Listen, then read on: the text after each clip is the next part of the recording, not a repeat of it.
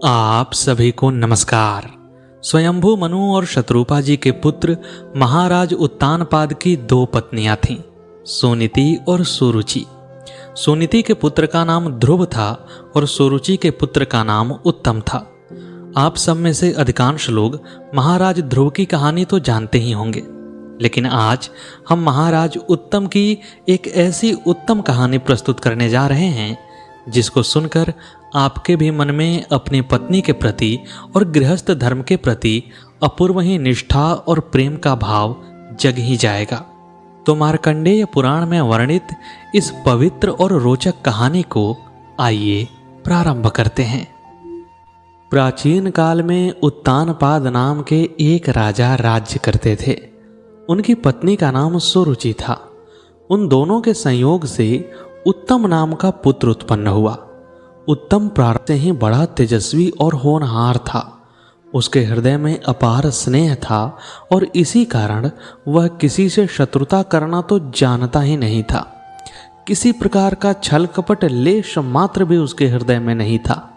माता पिता बड़े लाड़ चाव से उसका पालन करते थे। जब वह बड़ा हुआ तो बब्रू कुमारी बहुला के साथ उसका विवाह हुआ। बहुला अत्यंत सुंदर स्त्री थी, लेकिन स्वभाव की कठोर थी। फिर भी उत्तम का चित्त सदा उसी में रमा रहता था। वे उसे प्राणों से भी अधिक प्यार करते थे। कभी भी उसको किसी प्रकार का कष्ट नहीं होने देना चाहते थे। लेकिन बहुला उत्तम के इस प्यार की तनिक भी परवाह नहीं करती थी और सदा ही उनके प्रति उपेक्षा का भाव रखा करती थी। थोड़े दिन बाद राजा उत्तानपाद स्वर्गवासी हुए। उसके बाद उत्तम राज्य सिंहासन पर बैठे और धर्म तथा न्यायपूर्वक जनता के ऊपर शासन करने लगे। उनके राज्य में कोई भी दुखी नहीं था, लेकिन अपनी पत्नी से बदले में प्रेम न पाकर कभी कभी उनका चित्त दुखी हो जाता था। वे फिर भी बहुला के प्रति उसी प्रकार आकृष्ट रहे और किसी तरह अपनी ओर उसे आकृष्ट करने का प्रयत्न करने में लगे रहे। लेकिन बहुला के कठोर व्यवहार में किसी प्रकार का परिवर्तन नहीं आया। एक समय तो अन्य राजाओं के सामने ही रानी ने अपने पति का तिरस्कार कर दिया और उनकी आज्ञा को मानने से इनकार कर दिया। राजा उत्तम इस अपमान को सह न सके। उन्होंने क्रुद्ध होकर उसी क्षण द्वारपाल को बुलाया और कहा, द्वारपाल, इस दुष्ट हृदय स्त्री को ले जाकर निर्जन वन में छोड़ आओ। राह में किसी प्रकार की दया की भावना के वशीभूत होकर मेरी आज्ञा का उल्लंघन न करना, नहीं तो इसका परिणाम तुम्हारे लिए बहुत ही बुरा होगा। दरबान राजा की आज्ञा मानकर बहुला को ले गया और निर्जन वन के बीच छोड़ दिया। अब राजा अपनी पत्नी के विषय में सारी चिंता छोड़कर अपनी प्रजा का पालन करने लगे। पत्नी के प्रति आसक्ति के स्थान पर अब उनकी आसक्ति प्रजाजनों की ओर बढ़ गई और वे हर समय इसी के लिए प्रयत्नशील रहने लगे कि किसी प्रकार किसी प्राणी को कष्ट न मिलने पावे। अपने इस प्रयत्न में वे सफल भी रहे। चारों ओर से सुख और शांति की सूचना राजा के पास आती, लेकिन एक दिन यह देखकर उन्हें आश्चर्य होने लगा कि एक ब्राह्मण दुखित स्वर में पुकारता हुआ उनके राज दरबार में आया है। राजा ने उस ब्राह्मण के दुख का कारण पूछा तो ब्राह्मण ने कहा, हे महाराज, इस समय मैं महान संकट में पड़ा हूँ। शास्त्र का कथन है कि राजा प्रजा का पालक होता है और इसी के लिए वह प्रजा से कर लेता है। यदि कर लेकर भी प्रजा के कष्टों का निवारण न करे तो उसे सहस्त्रों युगों तक घोर नरक में गिरना पड़ता है। इसीलिए आप धर्म और न्याय का विचार करके मेरे कष्ट का निवारण कीजिए। रात को सोते समय मेरे घर का द्वार खोले बिना ही कोई मेरी स्त्री को चुरा ले गया है। उसके बिना मेरा दुख प्रतिपल बढ़ता ही जाता है। हे धर्मात्मा, आप किसी तरह पुनः मेरी पत्नी का मुझसे संयोग करा दीजिए।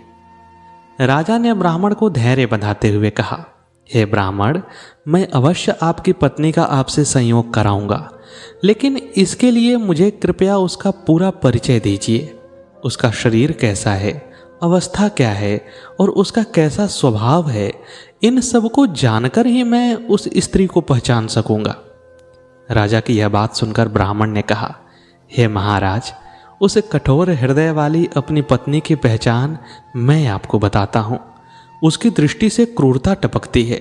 स्नेह और सहानुभूति की भावना तो उसको छू तक नहीं गई है।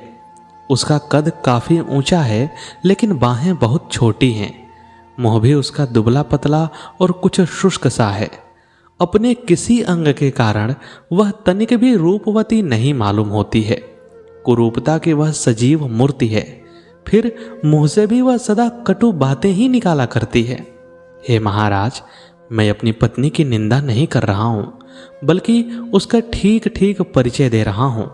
आप किसी तरह मेरी पत्नी को ढूंढकर मेरे पास ला दीजिए।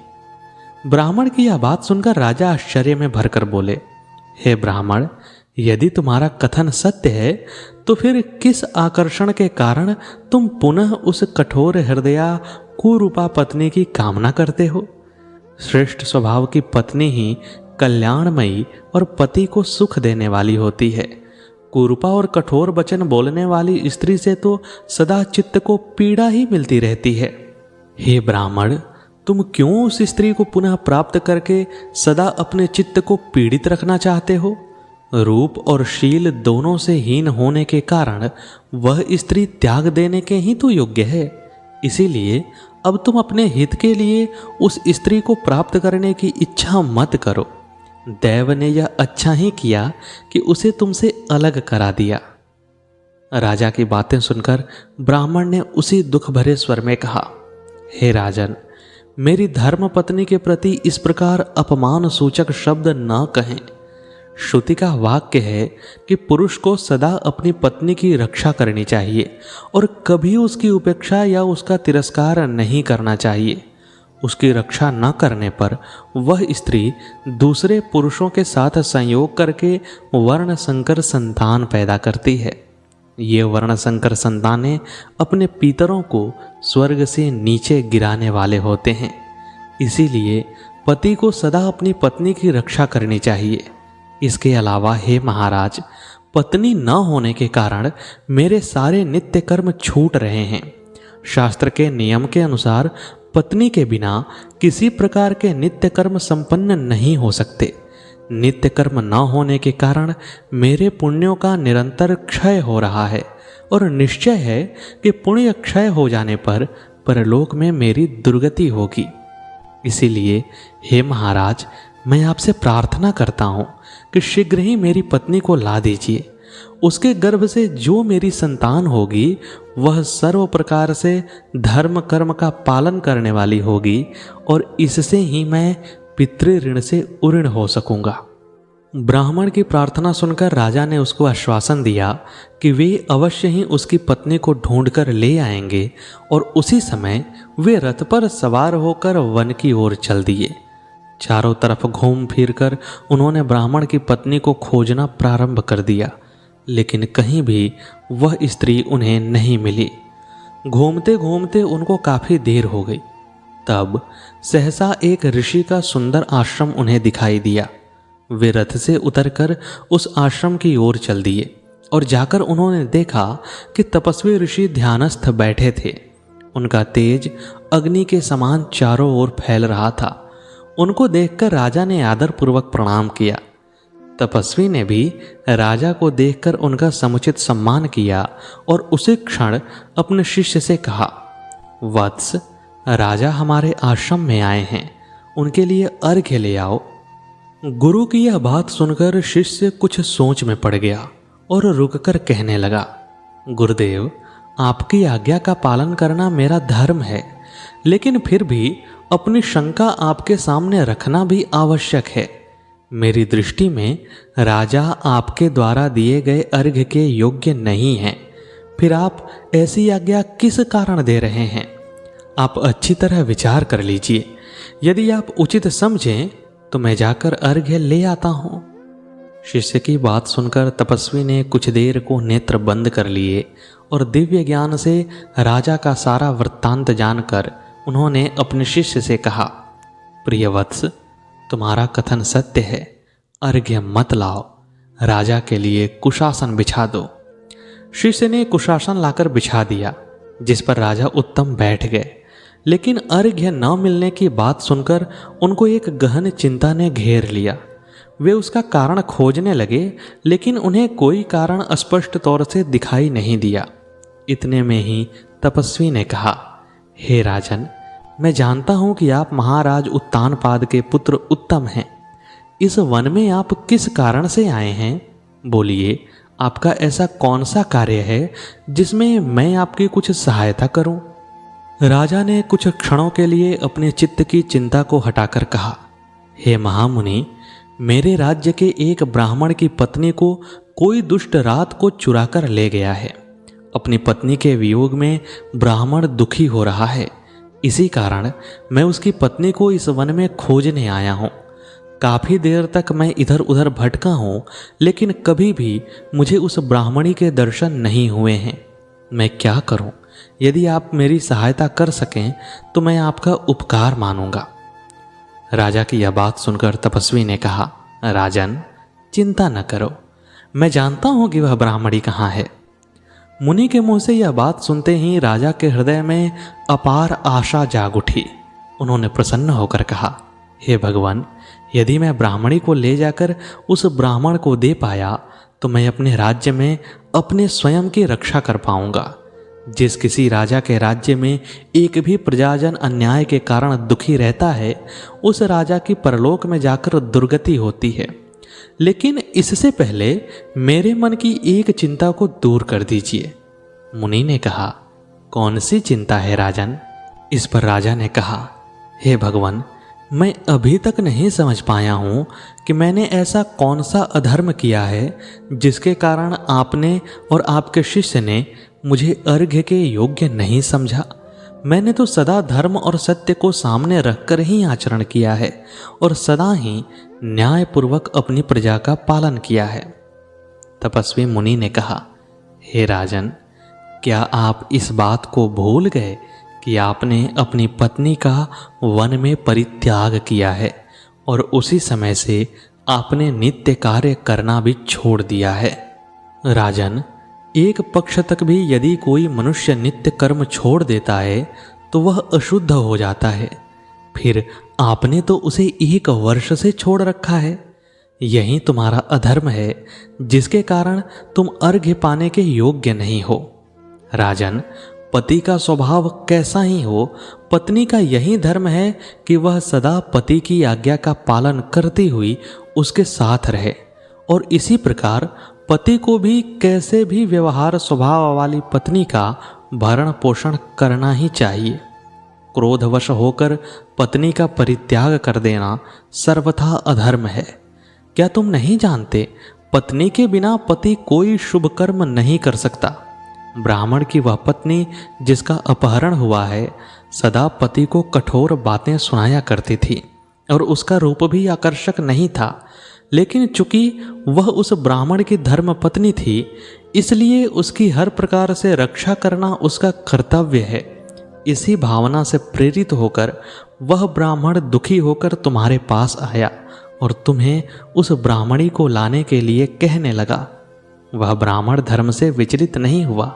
हे राजन, वह जानता है कि पत्नी के अभाव में वह अपने नित्य कर्म पूरे नहीं कर पाएगा, लेकिन तुमने अहंकारवश अपनी पत्नी को छोड़कर महापाप कमाया है। इससे परलोक में भी तुम्हारी दुर्गति होगी।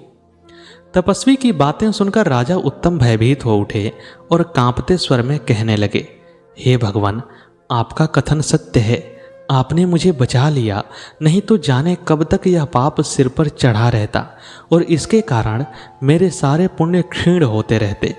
अब मैं अवश्य ही अपनी पत्नी का पता लगाऊंगा, लेकिन उससे पहले ब्राह्मण का कार्य करना भी मेरा कर्तव्य है। अतः आप बताइए कि उस ब्राह्मणी का अपहरण किसने किया है और वह इस समय कहाँ है? मुनि ने कहा, हे राजन, अद्रि के पुत्र बलाक नामक राक्षस ने उसका अपहरण किया है। तुम उत्पलावत वन में जाओ, वहां तुम्हें वह ब्राह्मणी मिलेगी। उसी समय राजा मुनि को प्रणाम करके रथ में बैठकर उत्पलावत वन की ओर चल दिए। वहां उन्होंने उस ब्राह्मणी को देखा। ब्राह्मण ने जैसा उसका परिचय दिया था ठीक वह उसी प्रकार की थी। राजा ने पूरी तरह उसको पहचान कर कहा, हे कल्याणी, क्या तुम विशाल के पुत्र सुशर्मा की पत्नी हो? ब्राह्मणी ने आश्चर्य में भरकर कहा, हाँ। राजा ने कहा, हे कल्याणी, तुम यहाँ किस प्रकार आई? किसने पति के घर से तुम्हारा अपहरण किया है? इस पर ब्राह्मणी ने कहा, हे देव, रात्रि के समय जब मैं अपने घर में सो रही थी तो मुझे बलाक नाम का दुष्ट राक्षस उठा लाया। उसने लाकर मुझे इस निर्जन वन में छोड़ दिया है। यहाँ पति के वियोग में सदा मेरा चित्त दुखी रहता है और वन की निर्जनता सदा मुझे भयभीत करती रहती है। वह राक्षस न तो मुझे मारकर मेरी सारी चिंताओं को मेरे शरीर समेत मिटा ही देता है और न ही मेरा उपभोग करता है। पता नहीं वह किस अपराध का दंड मुझे दे रहा है। हे महात्मन, आप कृपा करके मुझे इस दुष्ट के चंगुल से छुड़ाइए। राजा ने पूछा, हे ब्राह्मणी, तुम्हारे पति भी तुम्हारे वियोग में दुखी हैं। तुम्हारे अभाव में उनके सारे नित्य कर्म बंद हो गए हैं और इससे उनके पुण्यों का क्षय हो रहा है। उनकी प्रार्थना सुनकर ही मैं तुम्हें खोजने चला हूँ। तुम किसी प्रकार की चिंता मत करो। मैं अभी तुम्हें इस राक्षस के चंगुल से छुड़ाता हूँ, परंतु मुझे यह बताओ कि वह राक्षस इस समय कहाँ है? ब्राह्मणी ने कहा, हे भगवान, वह इसी वन के भीतर रहता है। आप इस मार्ग से चले जाइए, सीधे आप उसी के निवास स्थान पर पहुंचेंगे। यह कहकर ब्राह्मणी ने मार्ग दिखा दिया। राजा उत्तम उसी मार्ग से वन के भीतर घुसते चले गए और कुछ ही दूरी चलकर उन्होंने देखा कि बलाक अपने परिवार से घिरा हुआ बैठा है। अनेक सुंदरियां उसकी परिचर्या में उपस्थित थीं। राजा को आते देखकर ही वह परिवार सहित उठ खड़ा हुआ और राजा का सम्मान करता हुआ बोला, हे महाराज, आपने आज मेरे घर पधार कर मेरा बड़ा उपकार किया। आज मैं कितना सौभाग्यशाली हूँ कि आप जैसे महात्मा को देख रहा हूँ। हे देव, मैं आपके राज्य में निवास करता हूँ। कहिए, आपने किस कारण इतना कष्ट दिया? ऐसा कौन सा कार्य है जिसको मैं आपके लिए सिद्ध करके आपको प्रसन्न करूं? उस राक्षस के इतना सम्मान दिखाने पर राजा को आश्चर्य होने लगा और उसी समय उनका क्रोध शांत हो गया। नम्र स्वर में उन्होंने उससे कहा, हे राक्षस, तुमने मेरा सत्कार किया है, यह बड़ी ही प्रसन्नता की बात है। लेकिन एक दुख की बात भी है। तुम मुझे यह बताओ कि रात्रि के समय तुम सुशर्मा ब्राह्मण की पत्नी का अपहरण किस कारण से कर लाए थे? क्या तुम उसको अपनी भार्या बनाना चाहते थे? लेकिन यहाँ तुम्हारे पास इतनी रूपवती स्त्रियों को देखकर मुझे यह सत्य प्रतीत नहीं होता कि तुमने उस कुरूप और कठोर स्वभाव वाली ब्राह्मणी को अपनी भार्या बनाने की कभी कल्पना की होगी। फिर दूसरा तुम्हारा उद्देश्य उसको अपना भक्ष्य बनाना हो सकता था, लेकिन अभी तक भी तुमने उसको नहीं खाया है। सच बताओ बलाक, किस कारण से तुमने उस ब्राह्मण की पत्नी का अपहरण करके उसके चित्त को पीड़ा पहुंचाई है? यह सुनकर राक्षस ने कहा, हे महाराज, हम नरमांस भक्षी राक्षस नहीं हैं, इसलिए यह सोचना तो निर्मूल है कि मैं उस ब्राह्मणी को अपना भक्ष्य बनाने के लिए लाया था। हम तो सदा पुण्य का फल ही खाते हैं महाराज। इसके साथ यदि कोई स्त्री या पुरुष हमारा अनादर कर दे तो हम उसके अच्छे या बुरे स्वभाव को भी खा जाते हैं। यदि मनुष्य के क्रोधी स्वभाव को हम खा लेते हैं तो वह महान क्षमाशील बन जाता है। यदि उसके दुष्ट स्वभाव को खा जाते हैं तो वह पूरी तरह पुण्यात्मा हो जाता है। इसके अलावा इस कुरूप ब्राह्मणी को अपनी भार्या बनाने की कल्पना भी मैं नहीं कर सकता था। इस पर राजा ने पूछा, तो हे राक्षस, तुमने इसका अपहरण किस उद्देश्य से किया? बलाक बोला, हे महाराज, वह श्रेष्ठ ब्राह्मण जो इसका पति है वेद मंत्रों का ज्ञाता है। जिस किसी यज्ञ में मैं अपना पेट भरने के उद्देश्य से जाता हूँ वह रक्षोघ्न मंत्रों का पाठ कर मुझे सदा दूर भगा देता है। इससे मैं भूखा ही रह जाता हूँ। इसी प्रकार मेरे अन्य भाई बंधु भी इधर उधर भूखे तड़पा करते हैं। सभी यज्ञों में यही ब्राह्मण ऋत्विज बना करता है और हमारी पीड़ा का कारण होता है। इसी कारण मैंने इसके सामने यह विघ्न खड़ा किया है। कोई भी पुरुष अपनी पत्नी के बिना यज्ञ कर्म कराने या करने के योग्य नहीं रहता। इसीलिए यह ब्राह्मण भी अब यज्ञ कार्य से वंचित हो जाएगा और हम अपना पेट अच्छी तरह भर सकेंगे। हे महाराज, मैं आपका विनीत सेवक हूँ, आपके राज्य की प्रजा हूँ। आप जैसी आज्ञा प्रदान करेंगे मैं वैसा ही कार्य करूँगा। इतना सुनकर राजा ने कहा, हे बलाक, मैं तुमसे इस ब्राह्मणी को मांगता हूँ। इसके बिना ब्राह्मण बड़ा दुखी है। प्रजाजनों के कष्ट का निवारण करना ही मेरा धर्म है। फिर इसके साथ ही मैं तुमसे यह भी मांगता हूँ कि जैसा तुमने कहा है कि तुम मनुष्य के स्वभाव का भक्षण कर लेते हो, तुम इस ब्राह्मणी की दुष्टता का भक्षण कर लो, जिससे यह विनयशील होकर ब्राह्मण के चित्त को आनंद पहुँचा सके। इसके पश्चात तुम ही इसे इसके घर पहुँचाओ, तब मैं समझूंगा कि तुमने अपने अतिथि का संपूर्ण मनोरथ पूर्ण कर दिया। इतना करने के बाद तुम्हारे खाने पीने की पूरी व्यवस्था राज्य के तरफ से की जाएगी। राजा के यह कहने पर राक्षस ने अपनी माया से उस ब्राह्मणी के शरीर में प्रवेश कर उसकी सारी दुष्टता को खा डाला। ब्राह्मणी अब अत्यंत विनयशील होकर राजा से कहने लगी, हे महाराज, हाय कैसा दुर्भाग्य है कि मैं पति के वियोग में इतना कष्ट पा रही हूँ। अवश्य ही मेरे दुष्ट कर्मों का फल मुझे अपने धर्मात्मा पति से विलग होकर भोगना पड़ रहा है। मैंने इस जन्म में और पिछले जन्म में किसी का वियोग कराया होगा, उसी के फल स्वरूप मैं यह अपार दुख भोग रही हूँ। हे महाराज, मेरे पति कहाँ हैं? मैं उनके बिना एक पल भी जीवित नहीं रह सकती। आप किसी तरह मुझे उनके पास पहुंचा दीजिए। राजा ने ब्राह्मणी को धैर्य देते हुए कहा, हे कल्याणी, तुम अभी अपने पति के पास पहुंच जाओगे। अब किसी प्रकार से भी दुखी मत होवो। यह कहकर उन्होंने राक्षस को उस ब्राह्मणी को ले जाने की आज्ञा दी। वह राक्षस उस ब्राह्मणी को उसके पति के घर पहुंचा आया और आकर कहने लगा, हे महाराज, आपकी आज्ञा मैंने पूर्ण कर दी है। अब बताइए मैं आपकी क्या सेवा करूं? राजा ने कहा, हे बलाक, अब तुम जाओ। जब भी मैं तुम्हारी आवश्यकता समझूंगा तुम्हें स्मरण करूंगा, उसी समय तुम मेरे पास आ जाना। इसके बाद वे उस राक्षस से विदा लेकर अपने रथ में बैठकर उस वन से चल दिए और अपनी पत्नी के विषय में चिंता करने लगे। अपने उद्धार की इच्छा करके वे उन्हीं त्रिकालवेत्ता तपस्वी मुनि के आश्रम की ओर चल दिए, जहां से वे इस वन की ओर आए थे। आश्रम पर पहुंचकर उन्होंने मुनि को प्रणाम किया। मुनि ने समुचित स्वागत करके राजा को बैठने के लिए आसन दिया। उनके कुछ बोलने से पहले ही उनकी सारी चिंता का कारण समझकर मुनि ने कहा, हे राजन, तुमने उस ब्राह्मणी को राक्षस के चंगुल से मुक्त करके बड़ा पुण्य किया है, लेकिन अपनी पत्नी का परित्याग करके तुमने महान अनिष्ट किया है। यही बात तुम्हारे चित्त को निरंतर पीड़ा पहुंचा रही है। हे राजन, ब्राह्मण, क्षत्रिय, वैश्य अथवा शूद्र कोई भी क्यों न हो, पत्नी के न होने पर कर्मानुष्ठान के योग्य नहीं रहता। महर्षि की बात सुनकर राजा की व्यथा और भी बढ़ गई और उन्होंने भारी स्वर में कहा, हे भगवान, आपका कथन सत्य है। मैंने क्रोधवश होकर पत्नी का परित्याग कर दिया, वहीं आज मेरी महान पीड़ा का कारण है। उसी कारण मेरे पुण्य कर्म क्षीण हो रहे हैं। क्या करूं? अब पता नहीं मेरी वह प्राण प्रिया कहाँ विचरण कर रही होगी। मैंने उसे निर्जन वन में छोड़ने की आज्ञा दी थी। पता नहीं वन के पशुओं ने उसकी देह को अपना भक्ष्य बना लिया होगा कि नहीं।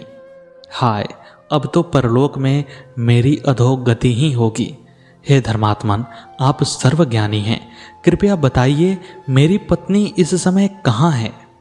ऋषि ने कहा, हे राजन, वह इस समय रसातल में है। वह अभी तक भी पवित्र है, किसी ने भी उसका चरित्र दूषित नहीं किया है। यह सुनकर राजा ने पूछा, हे महाराज, यह तो बड़े आश्चर्य की बात है। पाताल लोक में मेरी पत्नी किस प्रकार पहुंच गई और अब तक उसका चरित्र दूषित होने से किस प्रकार बचा रहा है, यह सब कुछ मुझको बताइए। ऋषि ने कहा, हे राजन, पाताल लोक में नागराज कपोत नाम के एक विख्यात पुरुष हैं। जब तुमने अपनी प्यारी पत्नी को निर्जन वन में छोड़ दिया तो नागराज ने एक दिन उसको देखा और उसका रूप देखकर वे उस पर आसक्त हो गए। कुछ देर तक वे उस सुंदरी को देखते रहे, फिर उसको निसहाय जानकर पाताल लोक ले गए। वहां ले जाकर वे आपकी रानी को अपनी पत्नी बनाने का विचार रखते थे, लेकिन नागराज की पत्नी अभी तक जीवित थी।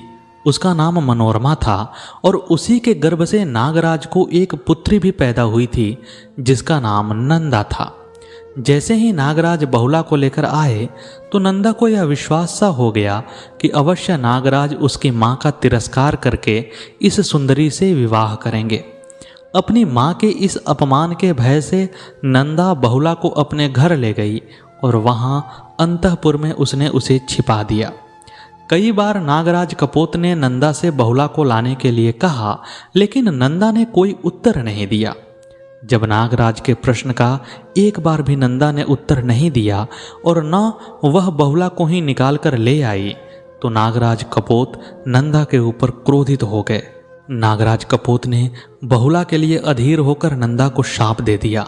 उन्होंने कहा, हे नंदा, तूने मेरी प्रिया को छिपा रखा है और जब भी तुझसे उसके विषय में पूछता हूँ तब तुम कुछ भी उत्तर नहीं देती हो और चुपचाप मेरी ओर देखने लग जाती हो।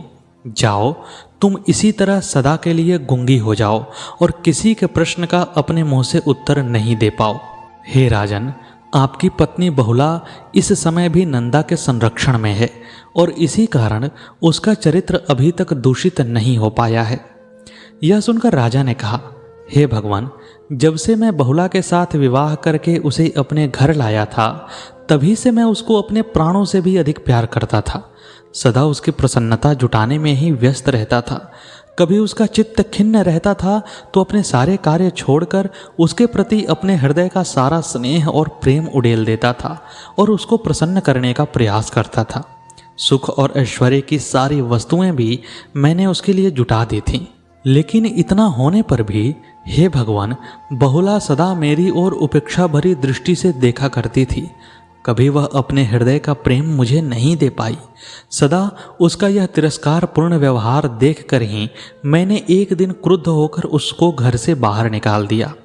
लेकिन अभी तक मेरी समझ में यह नहीं आता है कि मेरे इतने प्रेम करने पर भी वह सदा मुझसे असंतुष्ट क्यों रहा करती थी। यह सुनकर ऋषि ने कहा, हे राजन, इसका कारण सुनो। पाणी ग्रहण के समय सूर्य, मंगल और शनि तुम्हारे ऊपर और बृहस्पति की तुम्हारे पत्नी के ऊपर दृष्टि थी। उस मुहूर्त में उस पर चंद्रमा और बुध भी, जो परस्पर शत्रु भाव रखने वाले हैं, अनुकूल थे और तुम्हारे ऊपर प्रतिकूल। इसीलिए तुम्हें पत्नी की प्रतिकूलता का विशेष कष्ट सहना पड़ा है। अब जाकर तुम अपनी पत्नी को पाताल लोक से मुक्त करो और उसे अपने नगर को ले जाकर संपूर्ण धार्मिक क्रियाओं का अनुष्ठान करो। राजा ने महर्षि को प्रणाम किया और अपने रथ में बैठकर वे अपने नगर को लौट आए। वहां आने पर उन्हें वह ब्राह्मण अपनी पत्नी के साथ मिला। राजा को देखते ही ब्राह्मण ने अनेक तरह से राजा की प्रशंसा की और कहा, हे महाराज, आपने मेरे चित्त की महान पीड़ा को मिटा दिया है। आपकी जय जयकार हो। इस पर राजा ने कहा, हे ब्राह्मण, आपकी पत्नी को तो मैंने आपसे मिला दिया और अब आप सभी धर्मों कर्मों का अनुष्ठान कर सकेंगे, लेकिन मेरी पत्नी के न होने के कारण मैं एक बहुत बड़े धर्म संकट में पड़ा हुआ हूँ। यह सुनकर ब्राह्मण ने कहा, हे महाराज, यदि आपकी पत्नी जीवित है और यदि अभी तक उसके चरित्र की पवित्रता नष्ट नहीं हुई है तो आप अपनी प्राण प्रिया के बिना यह पाप क्यों कमा रहे हैं? शीघ्र से शीघ्र अपनी पत्नी को खोज कर ले आइए और अपने नित्य कर्म प्रारंभ करिए, नहीं तो आपको परलोक में सुख नहीं मिलेगा। इस पर राजा ने कहा, हे ब्राह्मण, सत्य है और मुझे अवश्य ही अपनी पत्नी को लाना चाहिए, लेकिन एक कारण है जिससे मैं उसको नहीं लाना चाहता। ब्राह्मण ने उत्सुक होकर पूछा, वह क्या है महाराज? तो राजा ने कहा, हे ब्राह्मण, उसका स्वभाव बड़ा कठोर है। जैसे पतिव्रता स्त्री को अपने पति के प्रति अनन्य श्रद्धा भक्ति रखनी चाहिए, वैसे वह मेरे प्रति नहीं रखती है। मेरे कितना ही उसको प्रेम करने पर भी वह सदा मेरी ओर उपेक्षापूर्ण दृष्टि से देखती है और सदा कटु वचन कहती है। इससे मेरा हृदय सदा व्यथित रहता है। अब यदि फिर मैं उसको ले आऊँगा तो मेरे चित्त की शांति पूरी तरह नष्ट हो जाएगी और सदा मुझे उसके व्यवहार के कारण पीड़ित रहना पड़ेगा। हे ब्राह्मण, इसीलिए मैं आपसे पूछता हूँ कि कोई ऐसा उपाय बताओ जिससे मेरी पत्नी मेरे पास होकर मुझसे उसी तरह प्रेम करने लगे जैसे मैं उससे करता हूँ। ब्राह्मण ने कहा, हे महाराज, यह कार्य इतना कठिन नहीं है। इसके लिए आपको मित्रविंदा नामक यज्ञ करना पड़ेगा। यह वही यज्ञ है जिसको मित्र की कामना रखने वाले लोग करते हैं। इसको करने से अवश्य ही रानी के हृदय की कठोरता मिट जाएगी और वे आपसे उतना ही प्रेम करने लग जाएंगी जितना आप उनसे करते हैं। आप उस यज्ञ की तैयारी कराइए। मैं उस यज्ञ का कार्य संपन्न करूंगा और मेरा विश्वास है कि देवता आपका अवश्य कल्याण करेंगे। ब्राह्मण के इस तरह आश्वासन देने पर राजा ने यज्ञ के लिए सारी सामग्री एकत्रित करवा दी और ब्राह्मण ने मित्रविंदा यज्ञ का अनुष्ठान प्रारंभ किया। इस तरह रानी के हृदय में प्रेम उत्पन्न करने के लिए ब्राह्मण ने एक एक करके 7 यज्ञों का अनुष्ठान किया। जब उसे यह निश्चय हो गया कि रानी के हृदय में राजा के प्रति अपार प्रेम जागृत हो गया तो उसने राजा से कहा, महाराज, अब आपकी प्रिया के हृदय की सारी कठोरता मिट गई है और वह कभी आपका तिरस्कार नहीं करेगी। अतएव जहाँ भी वे हों उन्हें आप ले आइए और उनके साथ विधि पूर्वक धार्मिक कृत्यों का अनुष्ठान करिए। राजा ने ब्राह्मण की बात पर विश्वास करके उसी समय बलाक नामक राक्षस को स्मरण किया।